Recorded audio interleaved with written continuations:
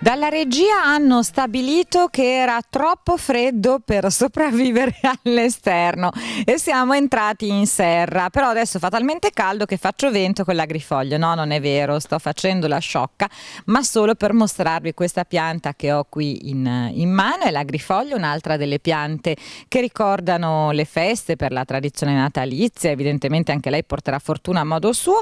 Punge anche lei, come un po' tutte le piantine, a parte il vischio di cui abbiamo parlato in questa puntata. Insomma, agrifoglio, adesso Sauro ci svela tutti i segreti, ma soprattutto io non rischio più di morire assiderata mentre lui parla. L'agrifoglio è un altro bel cespuglio o piccolo alberino molto diffuso, soprattutto a scopo decorativo.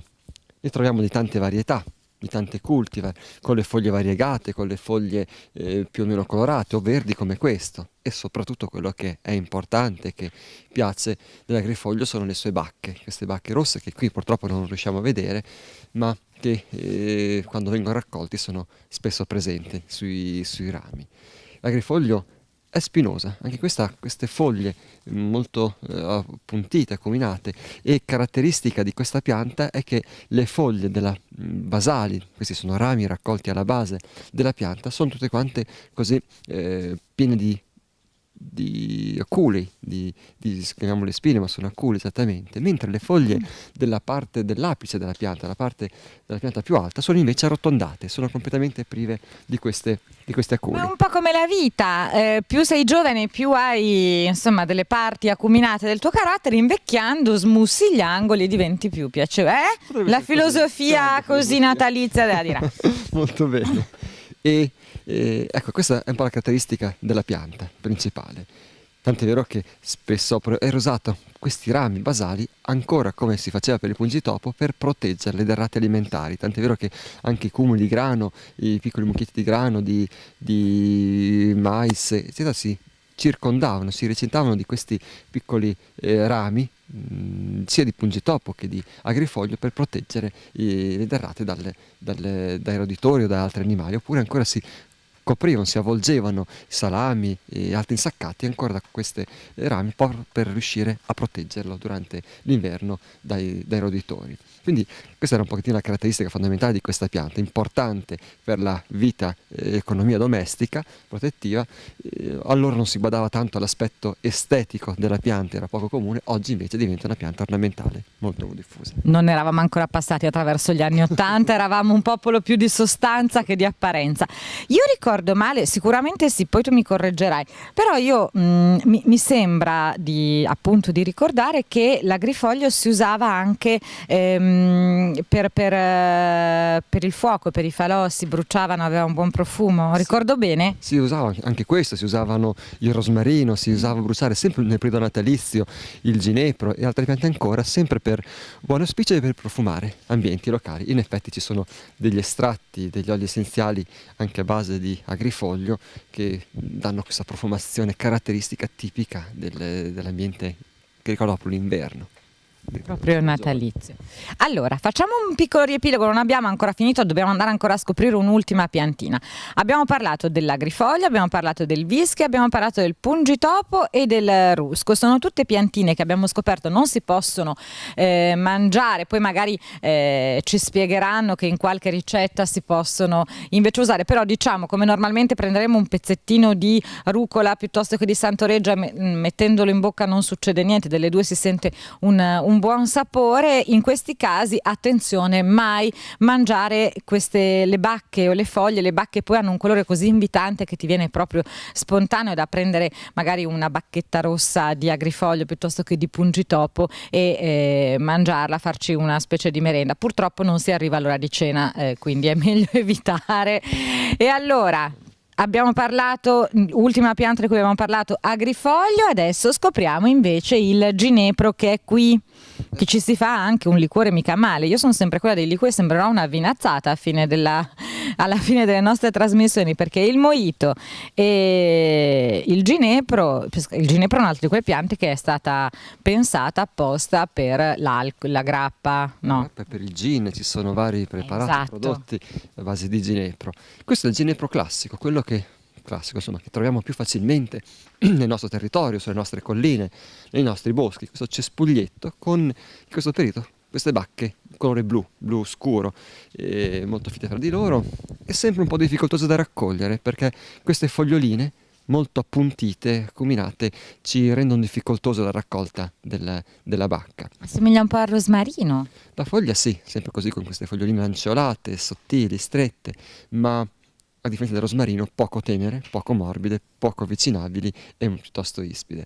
Usata ancora questa sempre per proteggere, per riparare, ma è il frutto, soprattutto il frutto, anche la parte di pianta e le foglie, ma il frutto è la droga, la parte utile della pianta, quella che si impiega nella ristorazione, in cucina oppure nella liquoristica, o in parte, se vogliamo, anche in alcuni preparati per la cosmetica più forse l'agrifoglio trova applicazioni. E queste bacche blu sono del ginepro comune, quello che cresce più facilmente nel nostro territorio. Qui invece ho raccolto anche un altro... Ah, non è appassito questo? No, assolutamente. Questa è un'altra specie di, cerchiamo un lato che non fuori troppo, di ginepro, e si chiama il ginepro rosso. È un'altra specie comune, non facilmente presente dappertutto, però comune sempre nelle zone della macchia mediterranea, e sulle nostre colline è frequente trovarlo. Ha queste bacche rosse, molto scure, molto intense. Quello che si usa maggiormente in cucina è proprio quello blu, è il più buono sicuramente. Ma ce ne sono tante altre varietà, alcune hanno i frutti molto grandi, il macrocarpa. Ce n'è anche un ginepro che invece è tossico, il ginepro Juniperus sabina, che quello assolutamente non va mangiato, non va utilizzato e raccolto. Ma il gin da cosa si ricava? Proprio dalla macerazione, dalla distillazione di questi frutti, del frutto blu, esatto, di queste bacche. È importante sapere queste cose. Coccole? Il nome è proprio coccole di ginepro. Ginepro coccolone, che è chiamato anche così tante volte per indicare certi tipi di ginepro abbastanza grossi come frutto. E poi è importante per l'uso fitoterapico che si fanno di questi frutti, questa pianta, patologie respiratorie, patologie intestinali, ecco, ha varie applicazioni, quindi sia nella medicina popolare che in quella più recente trova applicazioni diverse. Sì. E devo dire, Sauro, forse questa cosa tu non la sai, mi permetto di, insomma, per una volta di fare io l'insegnante. È notoria la proprietà di un distillato di ginepro, appunto il gin, per il mal di denti. Cioè tu ti piombi una bella boccia di gin, ti passa il mal di denti, ma ti passa anche un po' il mal di vivere, almeno fino a che tiene la botta. La mattina dopo, insomma, adesso poi vedrei, la mattina dopo facciamo un'altra puntata. Quindi il gin è consigliato. Neanche Charles Bukowski, che era uno che quanto ad alcol andava giù pari, riusciva a bere il gin liscio. A me piace, ma va bene. Beh, è una soluzione. Mamma, tutto a posto, è tutto sotto controllo, stamattina non l'ho bevuto. Bene, questa è una pianta curiosa, un piccolo arbusto che predilige terreni particolari, l'ambiente della macchia mediterranea, quindi terreni piuttosto rocciosi, sottolosi, sassosi, rocce, terreni in formazione ancora, quindi ecco, lo troviamo nelle zone più isolate, più imperie, insomma, del nostro territorio, vicino a scarpate, dirupi e nient'altro. E lì cresce piano pianino, molto lentamente, sviluppa facilmente. Un consiglio che gli anziani hanno sempre detto, i forestali ancora danno, è quello che il ginepro inizia, a differenza di molte altre piante, vuole essere trapiantato solo nella tarda primavera inoltrata, quindi quando la pianta riprenderà a vegetare. È il momento migliore per l'attecchimento. Attenzione, perché anche il ginepro però non possiamo permetterci di andare a raccoglierlo e stirparlo in mezzo ai boschi, in mezzo ai campi così come vogliamo, ma è una pianta protetta, una pianta che comunque va trapiantata e raccolta con le autorizzazioni opportune, oppure propagata, presa da piantine piccole in vasetto e messa a dimora. È una pianta tipica della macchia mediterranea anche questa? Sì, questa qui ha proprio caratteristica, e soprattutto dove ci sono i terreni in formazione, ancora rocce, questa cresce e sviluppa pianino lentamente. Da una di queste bacche si possono fare delle piantine nuove, ma germineranno con grande lentezza. E allora continuiamo a parlare delle piantine delle feste. Abbiamo scoperto il pungitopo, adesso è il momento con Valentina del ginepro. Sì, è una pianta che forse viene conosciuta dalla maggior parte della gente per le sue bacche, per l'uso in cucina. Rosse per il ginepro rosso, ma forse anche più violacee, nere violacee. Inoltre viene utilizzato anche per aromatizzare i liquori, i gin. Buono, buonissimo. Ci piace. Vediamo invece le altre proprietà forse un po' più nascoste del ginepro. E che probabilmente fanno meno male alla salute rispetto al gin. Al liquore sicuramente sì. Il ginepro viene paragonato all'eucalipto come sue proprietà balsamiche, quindi in tutti i rimedi contro raffreddore, tosse, suffumigi, oppure anche una bella tisana bollente è un ottimo rimedio per tosse, catarri o tutte le problematiche alleviere, quindi anche un banalissimo mal di gola o anche problematiche un po' più complicate. Ha ottime proprietà diuretiche, viene infatti classificato come uno dei maggior diuretici conosciuti in natura insieme al tarassaco e alla betulla, quindi ottima una tisana allestita a partire da queste piante per ritenzione idrica, cellulite, tutti. Il ginepro è amico delle coscia. donne. Esatto, inoltre per quanto riguarda il ginepro abbiamo anche sue proprietà nei dolori reumatici, quindi veniva proprio anche anticamente consigliato di avvolgersi in mantelli che erano stati preventivamente esposti ai fumi emanati dai rami di ginepro, proprio perché ha questa azione anche a livello topico di contatto, quindi anche a livello di torcicollo e dolori reumatici, ottimo un rimedio a base di ginepro. In erboristeria possiamo trovare anche dei macerati glicerici a base di ginepro a partire dai suoi germogli, quindi dalla parte più vitale del ginepro, e viene indicato proprio per queste indicazioni, proprio per le sue proprietà diuretiche, in caso anche di problematiche renali come calcoli, comunque anche tutte quelle sì, che possono succedere, immagino, tipo si fa fatica per la ritenzione idrica, magari si mangia molto salato, così. Sì, aiuta sicuramente a drenare, anche per quelle persone che fanno fatica a sfilarsi gli anelli dalle dita, talmente le dita appunto sono gonfie. È proprio un drenante, quindi anche nei drenaggi prima di partire con una terapia medicinale serve proprio come pulizia.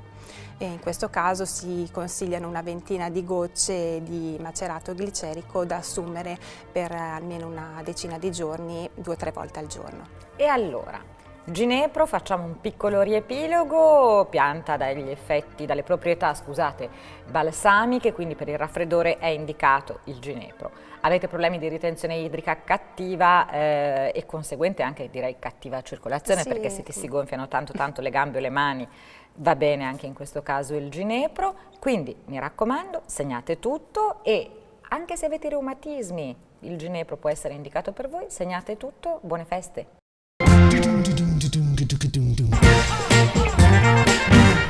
E allora, facciamo il riassunto. Il mio consiglio, io sono una grandissima amante delle feste di Natale, si fanno pranzi, cene in famiglia con tutto il parentado, delle tavolate che non finiscono più. Provate a fare, magari ad addobbare la tavola con le piantine di cui abbiamo parlato oggi.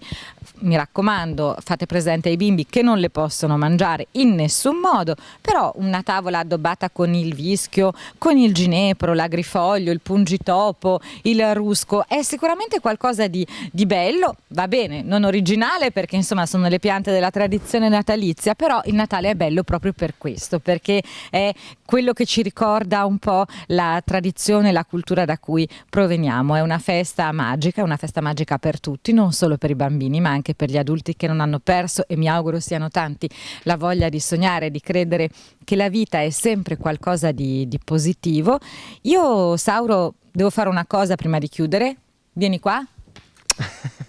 Abbiamo parlato del vischio, fai vedere il segno rossetto rosso. Allora, da parte mia e da parte di Sauro, buone feste a tutti. Buone feste. Ciao.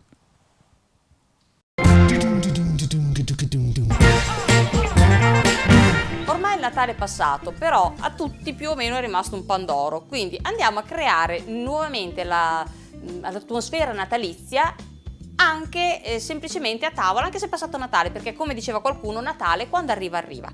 Però facciamo una cosa un po' particolare, andremo a preparare un albero di Natale di pandoro, ma con l'aneto, quindi un'erba che normalmente, solitamente non viene utilizzata per i dolci, in modo sbagliato secondo me, perché si adatta benissimo, e la tritiamo fine fine, lo mettiamo in un tegame nel quale andremo ad inserire della farina, dello zucchero. In questo caso, come vedete, il colore è un po' più scuro perché è zucchero di canna.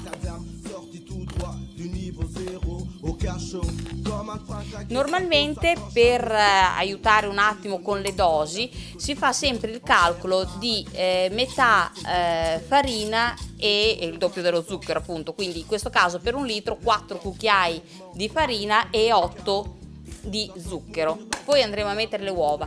Per utilizzare anche il bianco dell'uovo, perché altrimenti uno che cosa se ne fa dei bianchi quando fa la crema, noi andremo a farla con il bianco e il rosso.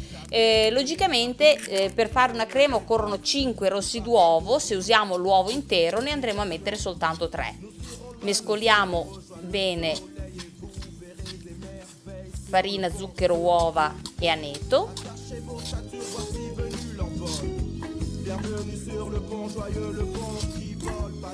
Una volta che la farina si è amalgamata tutta, non avremo più il problema dei piccoli grumi della crema, e quindi a questo punto possiamo versare tutto il nostro latte.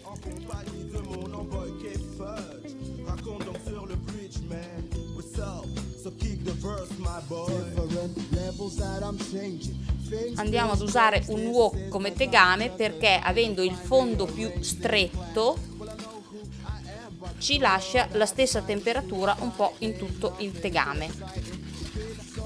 Come vedete è tutto bello liscio e non ci sono grumi. Abbiamo solo i nostri pezzettini di verde che vanno a colorarci, a renderci più allegro il tutto. Ci spostiamo sul fuoco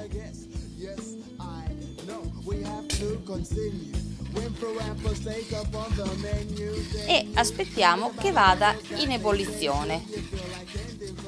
Piano piano la nostra crema si sta addensando. Come inizia ad alzare il bollore, diciamo, pochi minuti, 2-3 minuti, vedete che bolle ai lati. Manteniamo mescolata perché non si attacchi.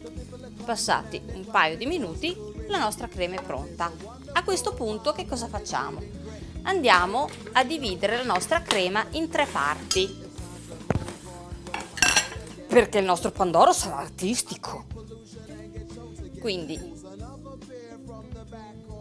1, 2, 3 creme.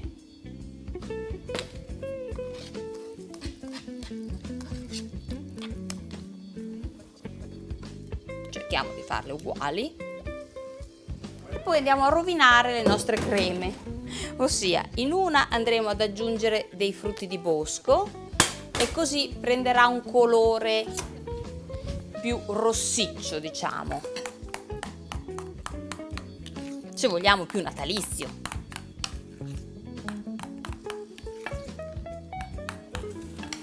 Una la lasceremo gialla, nell'altra invece io me lo sono preparata quando d'estate c'era la menta, però va benissimo qualsiasi estratto di menta per colorare un attimino e dare l'effetto natalizio dell'abete a quest'altra crema.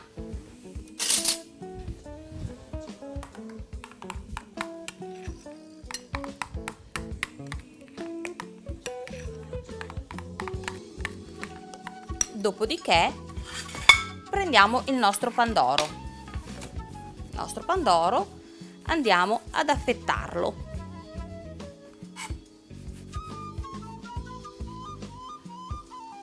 Anche qui è un po' a vostra scelta, potete scegliere di farlo in 3 pezzi, potete scegliere di farlo in 4, 5, logicamente pensate che ogni pezzo in più che tagliate somiglierà sempre di più un po' a un albero, perché andremo a girarlo e quindi somiglierà un pochino di più a un albero. Eccoci qua, a questo punto andremo a mettere un po' di crema. Io amo molto il taglio in sbieco perché dà l'idea più del mosso, diciamo. Qua però l'abbiamo tagliato un po' troppo, eccolo qua.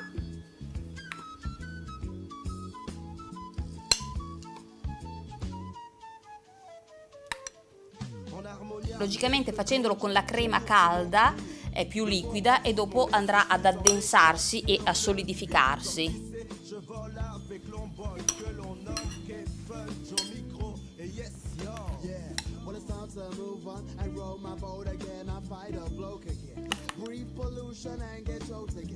Non preoccupatevi se la crema debordando esce proprio dal nostro pandoro, perché è un effetto ancora più bello quello della crema che scende. Infatti alla fine andremo anche a rovesciarne un po'.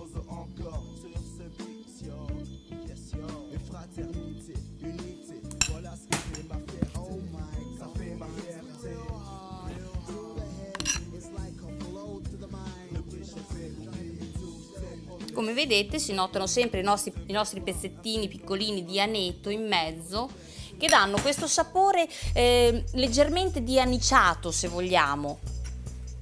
Una volta completato, a questo punto ci divertiamo a guarnire l'albero di Natale.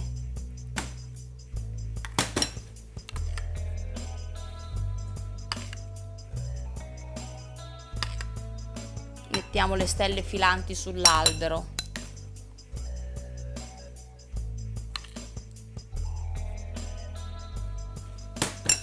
E poi, perché no, mettiamo un po' di palline sull'albero, un po' di semini di melograno, un po' di fruttini di bosco.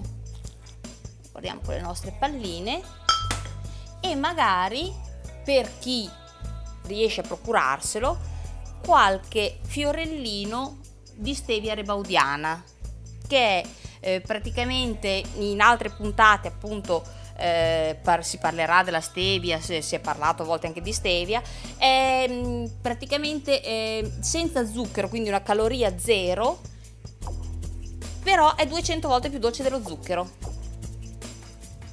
Eccoci qua, per un Natale dopo Natale.